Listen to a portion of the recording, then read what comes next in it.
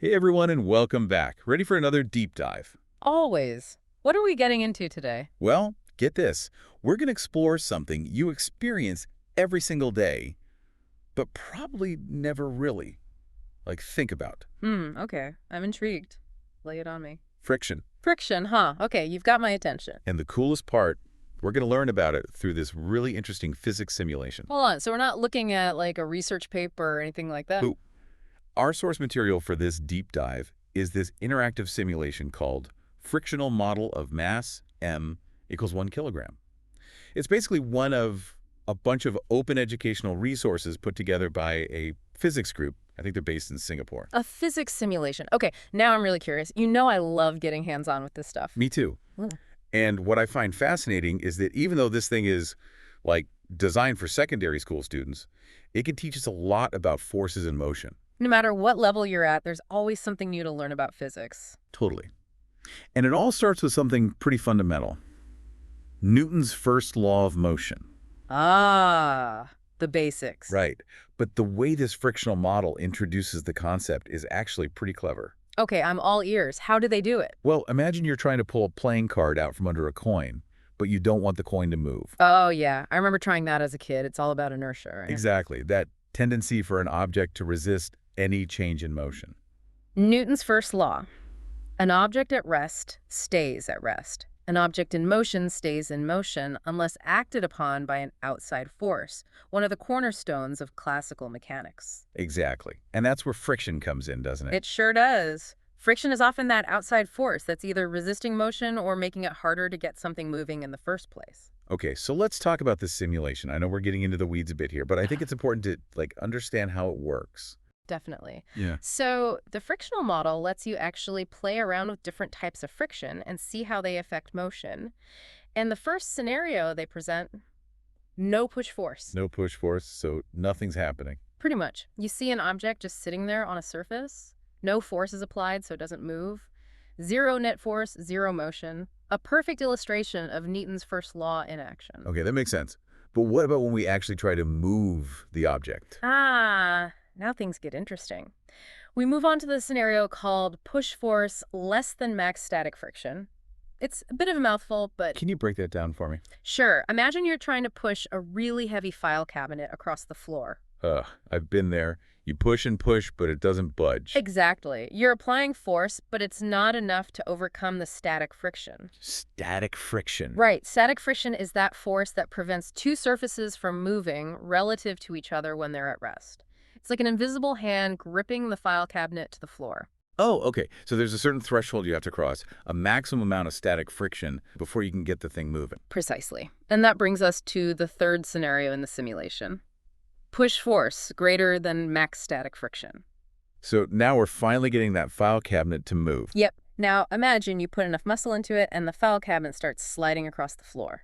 That's when we start talking about kinetic friction. Kinetic friction. It's the force that opposes the movement of two surfaces that are sliding against each other. It's the reason why you can't just give the file cabinet one big push and then watch it glide effortlessly across the room. So to recap, we've got static friction, which keeps things stuck, and then kinetic friction, which slows things down once they're moving. But isn't kinetic friction usually weaker than static friction? You're absolutely right. It's usually easier to keep an object sliding once it's moving than it was to get it moving in the first place. Think about that file cabinet again.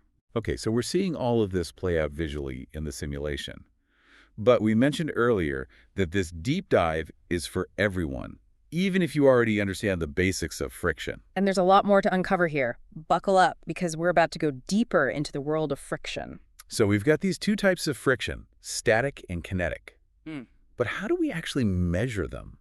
Is there a way to know exactly how much force it'll take to get that file cabinet moving? There is. That's where the coefficient of friction comes in. Coefficient of friction. It's basically a number, a value that tells you how much friction there is between two surfaces. A higher coefficient means more friction. Okay, so rough surfaces like sandpaper would have a higher coefficient of friction than, say, ice. Exactly. It takes way more force to slide something on sandpaper than it does on a smooth, icy surface, right?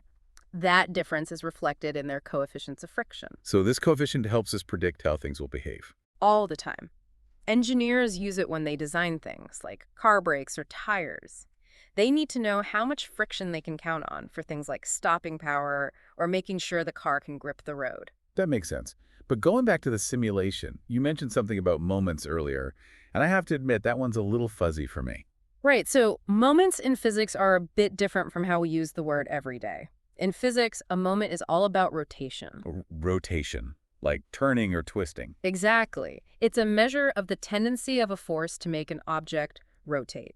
And the simulation actually shows this by letting you change the angle of the surface. So instead of just sliding horizontally, we're now dealing with an incline. Exactly. And as the surface tilts, the normal force the surface is pushing back with starts to change direction. So it's not just pushing straight up anymore, it's kind of pushing at an angle. Right. And this change in the normal force directly affects the frictional forces. It can even reach a point where the object starts to rotate instead of just sliding. Wow, so it gets pretty complex. It does. But that's what makes it so cool. We can actually see these forces interacting and how changing things up even a little bit can completely change what happens. You know, it's funny because we talk about friction as this physics concept, Yeah. but we're constantly dealing with it in real life. Oh, absolutely. We're surrounded by it. Think about sports, for example. Oh, yeah. Like a baseball pitcher uses friction to grip the ball and make it spin. Yeah. And rock climbers, I mean, they depend on friction to, not fall off the cliff. Exactly. And even in art, think about the friction between a paintbrush and a canvas or a pencil and paper. It's all around us. It's like friction is this hidden force that's shaping everything around us. And understanding even a little bit about it can change how you see the world. Okay, so we've covered coefficients, moments, and how friction shows up in our lives. Yeah. But this simulation is just one small part of a much bigger collection of resources, right? Right. It's actually part of a website that's full of educational materials, and it's all free. They have simulations on like everything, gravity, electricity, sound waves, even optics. It's amazing that these resources exist. It makes learning about science so much more accessible. I totally agree. It really shows the power of making knowledge open to everyone. Okay, before we go too far down that rabbit hole, I want to come back to something we touched on earlier that a lot of people get wrong about friction and motion. You mean the misconception that if something's moving at a constant speed, there can't be any forces acting on it? Yeah, it's easy to think that force always means acceleration, like a change in speed. But that's not the whole picture. Think about driving a car on a highway. To keep a steady speed, you have to keep your foot on the gas pedal, which means you're constantly applying force. So there's this kind of like balance going on. You're applying force to counteract all the friction from the road and the air and everything else. Exactly. If you take your foot off the gas, friction wins and the car starts to slow down. So it's not as simple as just like things moving or not moving. Yeah. It's this whole interplay of forces. And understanding that interplay is key to understanding why things move the way they do, which helps us make better decisions and design better things. We started with the pretty simple-looking simulation, but we've ended up with some pretty big ideas. And it's not over yet. Remember that idea about friction as a metaphor for the challenges in our lives? Oh, yeah.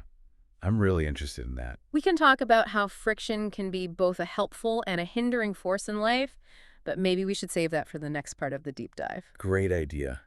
Let's give everyone a chance to process what we've covered so far, because I think it's about to get pretty philosophical. Okay, so we've gone from static and kinetic friction, coefficients, and moments to how friction shows up in all these different parts of life.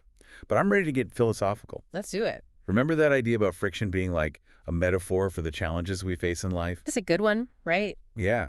I mean, just like friction can literally slow things down in physics, it can also slow us down in our lives. It's true. Think about, I don't know, trying to get a project done at work. Oh, yeah. Or a relationship. Sometimes it can feel like you're constantly hitting roadblocks. Exactly. Bureaucracy, conflicts with people, even like self-doubt. All of those things can create friction and make progress feel impossible. But, and here's where I think it gets really interesting, we've also talked about how friction isn't always a bad thing. Right. It can be essential. Like, we need friction for cars to, start and stop. Exactly. And maybe in life, sometimes we need a little friction to, I don't know, gain traction and actually achieve our goals. So maybe it's more about, understanding the type of friction and figuring out how to work with it. I think so. Sometimes that friction is a sign that we need to stop and rethink things, like maybe we need to gather more information or work on ourselves, or maybe we need to change our approach completely. Yeah, sometimes it's telling us we're on the wrong track entirely, and we need to just try something totally different. Exactly. It's about figuring out, is this friction something that's helping me grow, or is it just holding me back? I don't know if I'm explaining this well, but it's like that saying, what doesn't kill you makes you stronger. But sometimes walking away is the stronger choice. Yes, that's it. Sometimes you just have to let go. And knowing when to do that, that's a skill you learn over time. We started this deep dive with a physics simulation meant for, like, teenagers, but wow, have we got to some interesting It's places. seizing how connected everything is. I love that. Yeah. So to wrap up, I encourage everyone listening to, check out this friction simulation for yourselves, but also think about how friction shows up in your own life. How can understanding friction help you make better decisions? How can it help you achieve your goals? How can it help you deal with challenges? That's something to think about. Thanks for joining us on this friction-filled deep dive. We'll see you next time.